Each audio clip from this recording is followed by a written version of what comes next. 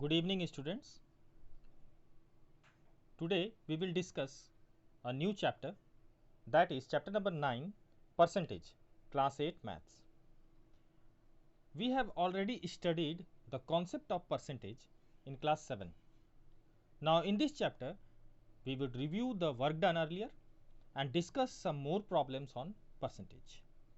So first of all, let you recall that what is a percent. So as you see in the screen, a percentage, by a certain percent we mean that many hundreds. We denote x percent as x percent. You can see the symbol of percentage here. So therefore, if we have to written that what is x percent, then we will write it as x hundreds or x by 100. So I hope that you have understood that what is percent. Now let's see some of the questions, some of the problems on percentage. My first is express each of the following as a fraction. Now you can see in earlier class also we have studied how to convert the percentage into fraction. Here also we have some problems which relates to conversion of percentage into fraction. So the first one is 36%. So I may write it as 36 by 100. Now on dividing the numerator and the denominator with the common multiple, we get 9 by 25, which is a fraction. You can see in the case of 120% also, it becomes 6 by 5. You can convert it as a mixed fraction and you can remain it as a 6 by 5 also. Both answers are correct. Now the third one is 0.8%. So you just see in the figure, in the screen also, that it is written as 0.8 by 100, and that is equals to, when decimal from the numerator is eliminated, then 10 is multiplied in the denominator. So it becomes 8 by 1000. And after dividing the numerator and the denominator with the common multiple, it remains 1 by 125, and that will be my answer. So in this way we can convert a percentage into fraction. Now next is, we have to convert a percentage into decimal. So how we will convert the percentage into decimal? So let's see, some of the examples are given in the screen, that is 80%. So how we convert 80% as a percentage? So I will write it as 80 by 100, and that is equals to 4 by 5 after dividing the numerator and the denominator with the common multiple. So that will be equals to 0.8 upon dividing the numerator with the denominator, that is upon dividing 4 with 5 I get 0.8. I hope that you have already understood how to convert a fraction into a decimal in class 7. So you don't face any sort of problem in this conversion. Now next is 8%. So how I converted it? It is written as 8 by 100, and when 8 is divided by 100, so it converted into 0.08. And the last one is 205%. So when I have to convert 205 percentage into decimal, so I have to write it as 205 divided by 100. So that will be equals to 2.05. Now let's see the next question. The next question is, express each of the following fraction as a percentage. Now here you can see the fraction is converting into percentage. So what I have to do?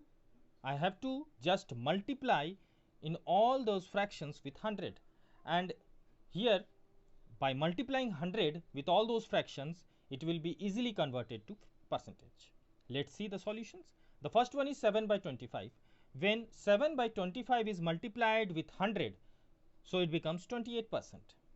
When 5 by 8 is multiplied with 100, so it becomes 62 whole 1 by 2%. When 11 by 6 is multiplied with 100, so it converted into 183 whole 1 by 3 percentage. You can see the process how they have converted easily from numbers to percentage.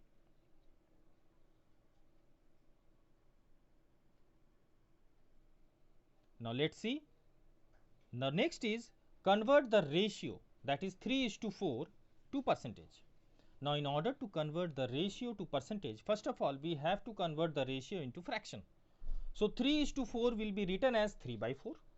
Now, it is converted to fraction. Now, it will be multiplied with 100 in order to convert it into percentage. So, 3 by 4 upon multiply with 100 becomes 75%. You can see here students that when 4 is divided, when 100 is divided by 4, sorry, when 100 is divided by 4, so it becomes 25, and when 25 is multiplied with 3, it becomes 75. So, the whole answer is 75%. Now, let us move on to the next question. I have to express the percentage as a ratio. Now, in the previous question, I have to convert the ratio into percentage. Now, in the next question, I have to convert the percentage as ratio. So, let us see how we have converted it. So, 36% when converted to ratio, first of all I have to convert it into fraction. So, 36% will be written as 36 by 100, and again it is written as 9 by 25. So, my final answer will be 9 is to 25. I hope that you have understood the concept. Now, let us move on to next question. The next question is a series of 3 questions. So, first is what percent of 120 is 90? So, here answer is the required percent will be, when such type of question will come, that what percent of 120 is 90, what percent of 1 kg is 5 kg, what percent of 3.5 liter is 150 ml. So, you have to do one thing, you have to just make the smaller quantity in the numerator and the bigger quantity in the denominator, and then multiply it with 100.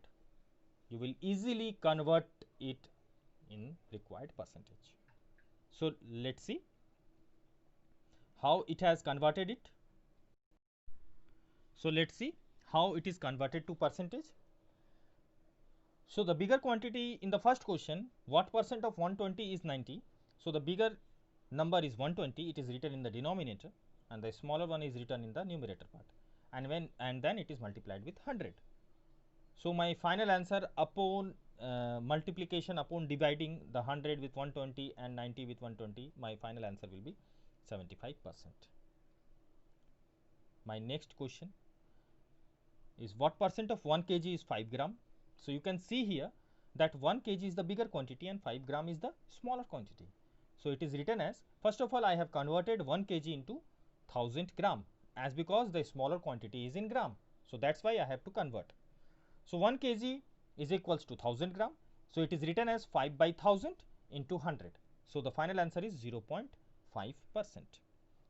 The next is what percent of 3.5 liter is 150 ml. You can see here the liter is bigger quantity compared to milliliter. So, I have to convert the liter into first milliliter. So, it will be multiplied with once again 1000. 3.5 liter multiplied with 1000. You can see here in the denominator also, and in the numerator it is 150 milliliter. Upon calculating it, the answer is 4 whole 2 by 7%. So, I hope that you have understood it. Let us move on to our next question.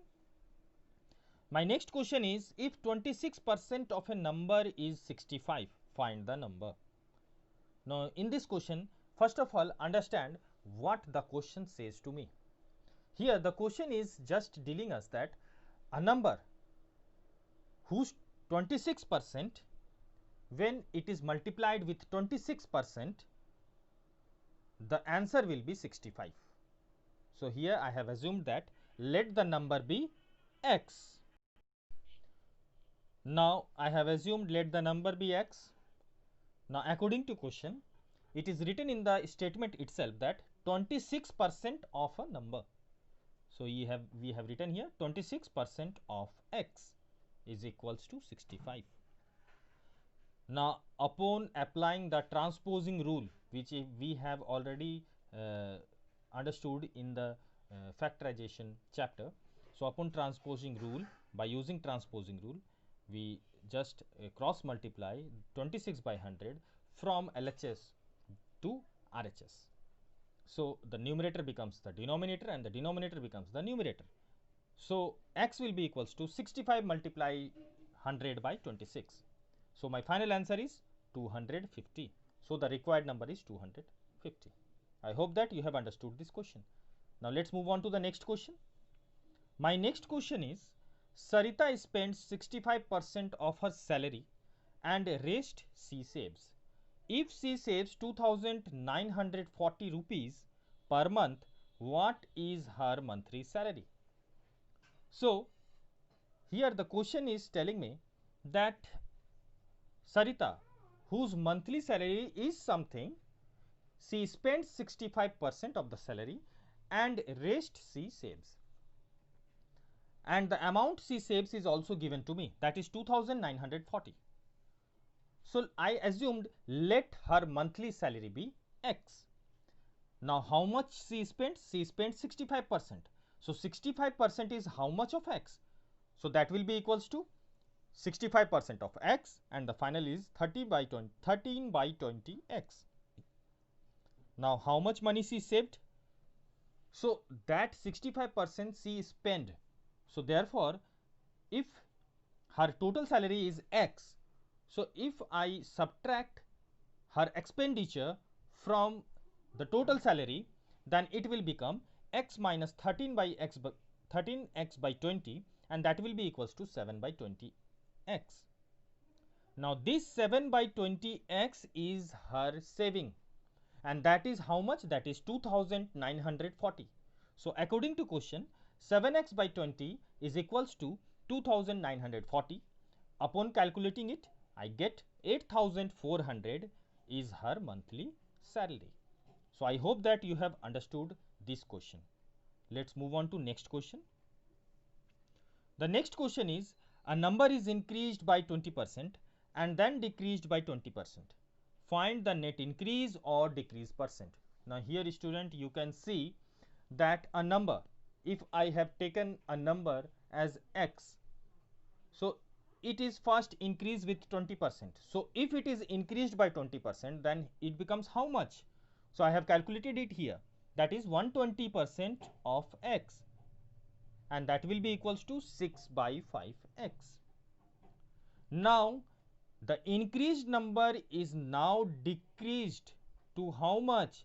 20%. So I have to calculate how much it decreased. It is not the original number, it is the number which is increased by 20%, that is once again decreased by 20%. So the number will be 80% of 6 by 5x. So that will be equals to, after calculating it, that becomes 24 by 25x. Now I have to calculate what is the net decrease. I have to calculate it, that what is the net decrease. So in order to calculate what is the net decrease, I have to subtract the decreased number with the original one. So I have subtracted it here, x minus 24 by 25x. So net decrease is x by 25. Now I have to calculate what is the percentage decrease here. Now how I assumed, student, one question is there, that how I assumed that the number is decreased. So you can see here also that after decreasing the number, that after calculating 80% of 6 by 5x, we got 24 by 25x. You can see here the numerator is smaller and the denominator is bigger. So therefore the number always get decreased from the original number. So that's why I concluded here that the number is decreased, and I have calculated the net decrease, that is x by 25, and net decrease percent will be upon the formula, and that formula is decrease percent is equals to decrease divided by net decrease divided by original number, or the number we have assumed, multiplied with 100. Once again I am recalling the formula. The formula is net decrease percent is equals to net decrease divided by original number multiplied with 100%, and after calculating it we get 4%. Hence the net decrease percent is 4%. I hope that you have understood the concept. Now let's see the next question. Remember students that these type of questions which I am discussing right now, these questions are very much important in your half yearly examinations, sorry, in your annual examinations or in the coming examinations which you will face. So do practice percentage as more as possible. Do practice their word problems because they are very important. Now let's see the next question. The next question is the value of machine depreciate every year by 10%.